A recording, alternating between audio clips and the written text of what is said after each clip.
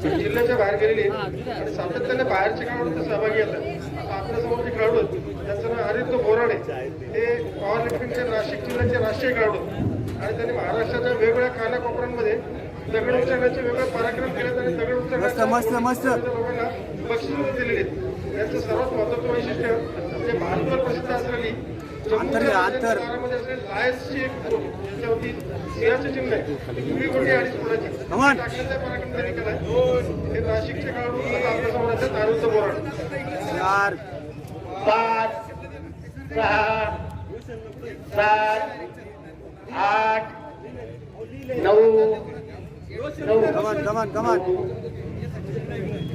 9 बैठका आदित्य बोराडे 10 11 12 12 35 35